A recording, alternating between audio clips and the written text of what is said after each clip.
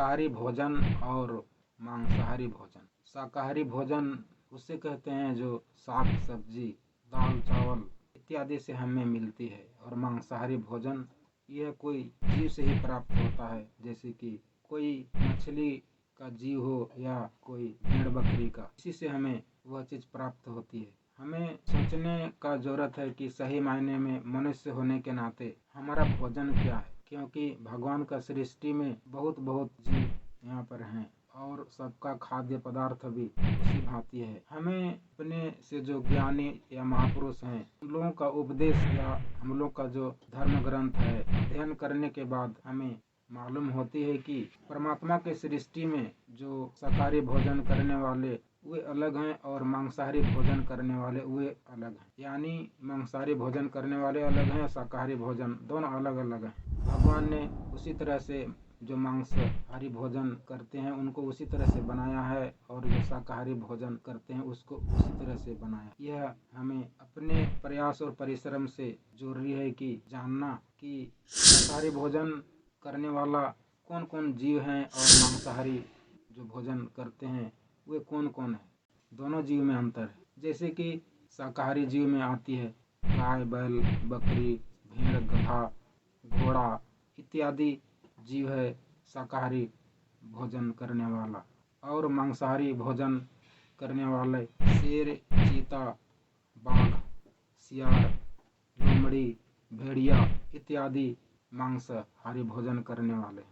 कोई शेर है तो वह परमात्मा का सृष्टि में उसको जन्मजात विशेष करके, हालांकि जो बच्चापन होता है उस समय तो शुरू में कितना दिन दूध का जरूरत होता है, लेकिन धीरे धीरे जो अपना जो मूल भोजन है उसको खाने ही पड़ती है।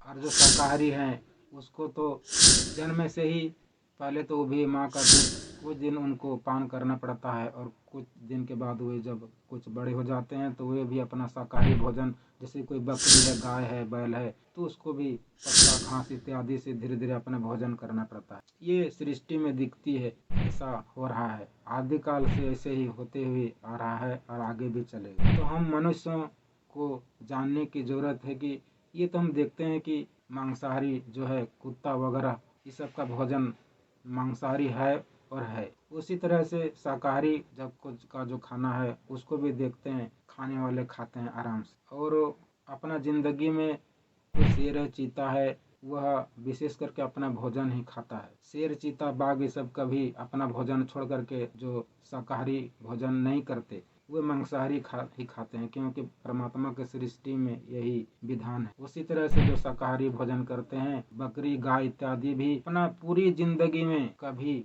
वे मांसाहारी भोजन नहीं करते, क्योंकि परमात्मा के सृष्टि में यही विधान है। मांस इत्यादि कोई बकरी, गधा, बैल ये सब नहीं खाते। तो मनुष्य होने के नाते हमें भी सोचने समझने की जरूरत है कि मनुष्य का खाद्य पदार्थ क्या है, वह शाकाहारी भोजन है या मांसाहारी भोजन है। और इसमें लक्षण भी बताए हैं, मांसाहारी जो जीव है उसका लक्षण और शाकाहारी जो जीव है उनका लक्षण।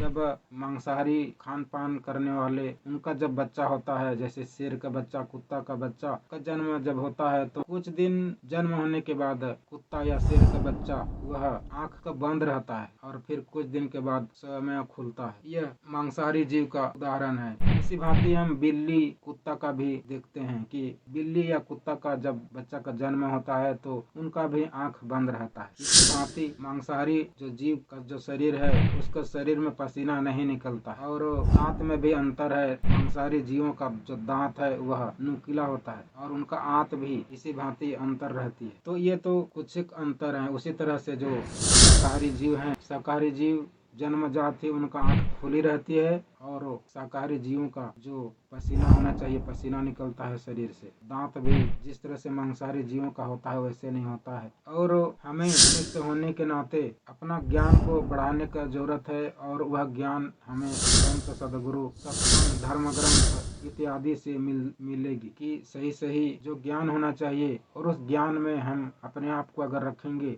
आचरण करेंगे तब हमें लाभ होगा। अन्यथा अगर सत्संग, गुरु और संत को अगर छोड़ देंगे, नहीं मानेंगे तो ज्ञान प्राप्त नहीं होगी, और जो नहीं करना चाहिए वो भी हम करते हुए चलेंगे तो जो मनुष्य का जन्म जो है वह वह विशेष करके हम लाभ उठाने नहीं पाएंगे। इसीलिए हमें जरूरी है कि सही मायने में जो मनुष्य का जो ज्ञान होना चाहिए कि हम शाकाहारी में ही आते हैं और हमारा जो खाद्य पदार्थ होना चाहिए शाकाहारी होना चाहिए, और यह जानने के बाद हमें शाकाहारी भोजन ही लेने का जरूरत है। तभी हमारा जो जीवन है वह विशेष करके सही मार्ग में यह जाएगा और हम लाभ भी पाएंगे। मनुष्य जन्म है वह सारी सृष्टि में जितने भी जीव देखने में आती है सब जीवों से श्रेष्ठ है। तो हमें चाहिए कि मनुष्य का जो जन्म है ये बड़ा ही दुर्लभ है। बहुत कष्ट दुख इत्यादि झेलने के बाद ही हमें मनुष्य जन्म मिलती है। बहुत जन्म लेने के बाद यह मनुष्य जन्म मिलता है। धर्म ग्रंथ इत्यादि में भी मनुष्य जन्म का दुर्लभता बताई गई है कि मनुष्य जन्म